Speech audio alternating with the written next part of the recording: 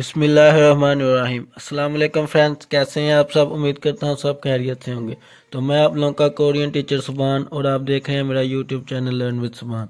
तो गाइस, आज हम हफ्ते के दिनों के नाम के बारे में सीखेंगे। कोरिया में हफ्ते के दिनों के क्या नाम होते हैं, आज मैं उनके बारे में आप लोगों को बताऊंगा।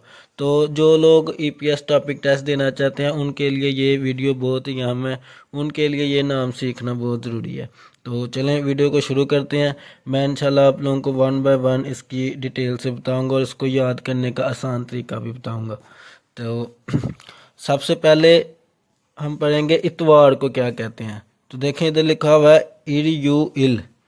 इर यू इल, वैसे तो ये खाली लफ्ज़ इल होता है ना, ईयंग आगे ई या नीचे रियल है, रियल लास्ट पे है तो ये लाम की आवाज़ यानी इल होगा। लेकिन जब भी रियल के आगे ईयंग आ जाएगा, यानी ये रियल के आगे जब भी रियल पाछिम है, इसके आगे जब भी ईयंग आ जाएगा तो ये रे की आवाज़ देगा। तो इसलिए लफ्ज़ होगा इर यू इल। इर यू इल, ये उर्दू में मैंने लिखा हुआ इर यू इल। तो इर यू इल कहते हैं इतवार को यानी संडे को। इसी तरह आ गया वुड यू इल। वुड, ये देखें ईयंग है, साइलेंट है, उसके बाद ये वू है, उसके बाद ये रियल है, रियल के आगे फिर ईयंग लगा हुआ तो ये रे की आवाज़ देगा। वुड यू, उसके बाद इल, वुड यू इल। वुड यू इल कहते हैं सोमवार को यानी मंडे को। उसके बाद आ गया है हवा यू इल।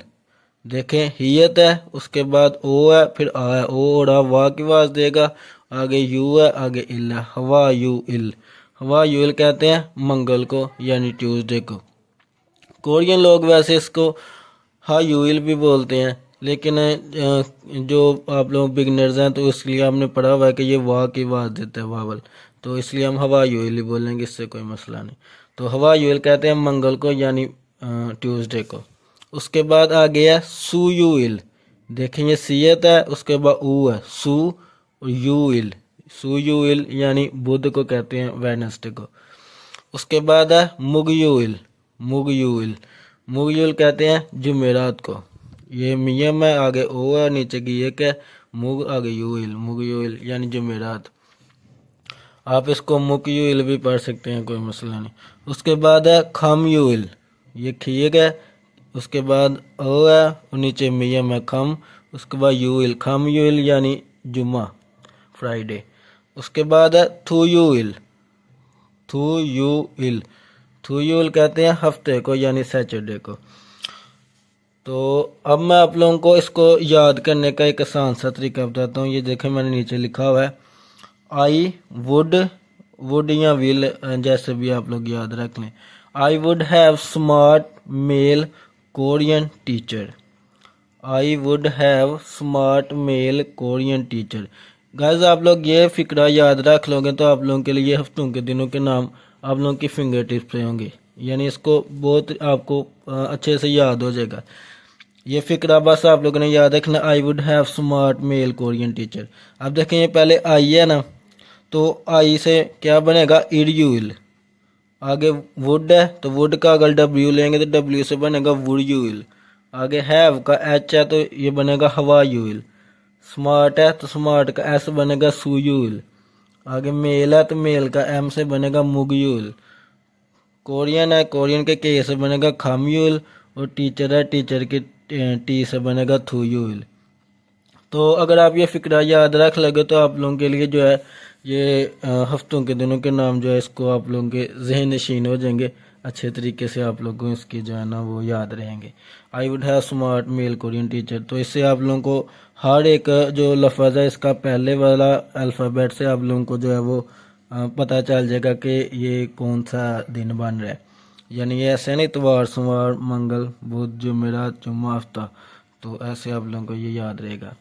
अच्छा, उसके बाद हम कुछ इम्पोर्टेंट वोकैबुलरी है ये दिनों के हवालों से वो ये देख लेते हैं। जैसे हमारा होता है ना टू डे यानी आज का दिन, तो कोरिया में उसे कहते हैं ओनिल।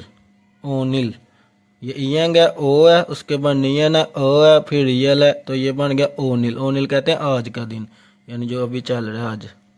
उसके बाद जो आने वाला दिन होता है यानी टू मारो, तो उसके लिए लफ्ज़ इस्तेमाल होता है नेल। नेल, ने इल यानी आने वाला कल। उसके बाद जो दिन गुजर गया हो यानी यस्टरडे, उसके लिए इस्तेमाल होता है ओजे। ओ जे यानी गुजरा हुआ कल। उसके बाद एक होता है वीकेंड, यानी जो हफ्ता इतवार होता है ना, जैसे वीकेंड होता है, वीकेंड की छुट्टियां होती है यानी हफ्ता इतवार। तो इसी तरह वीकेंड को कोरिया में कहते हैं छूमल। छूमल, छूमल यानी वीकेंड, हफ्ता इतवार। कोरिया में जब भी जो वर्कर्स होती हैं तो उन्हें हफ्ता इतवार की छुट्टी होती है, यानी छूमल की जो है उन्हें छुट्टी होती है वीकेंड की। उसके बाद छू कहते हैं खाली हफ्ते को, छू मल वीकेंड, और छू कहते हैं हफ्ते को खाली। उसके बाद अगर आ जाएगा ना ई बुन छू, तो इसका मतलब होगा ये वाला हफ्ता, मौजूदा हफ्ता। अगर आ जाएगा थाम छू का मतलब आने वाला हफ्ता। और अगर आ जाएगा छिनान छू, तो छिनान छू का मतलब गुजरा हुआ हफ्ता।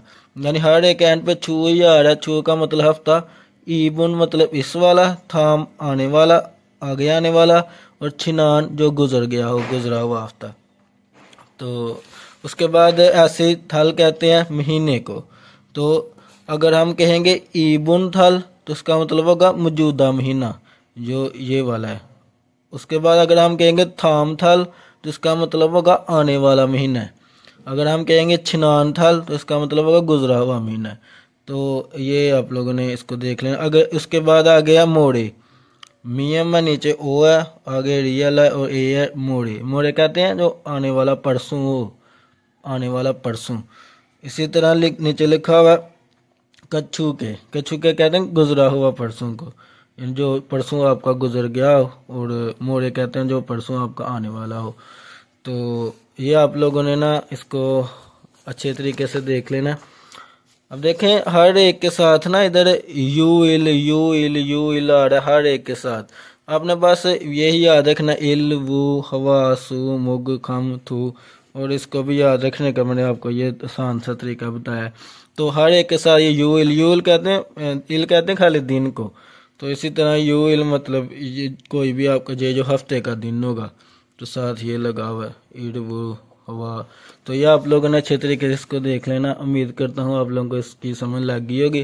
तो मिलते हैं नेक्स्ट वीडियो में इंशाल्लाह, तब तक के लिए अल्लाह हाफिज़।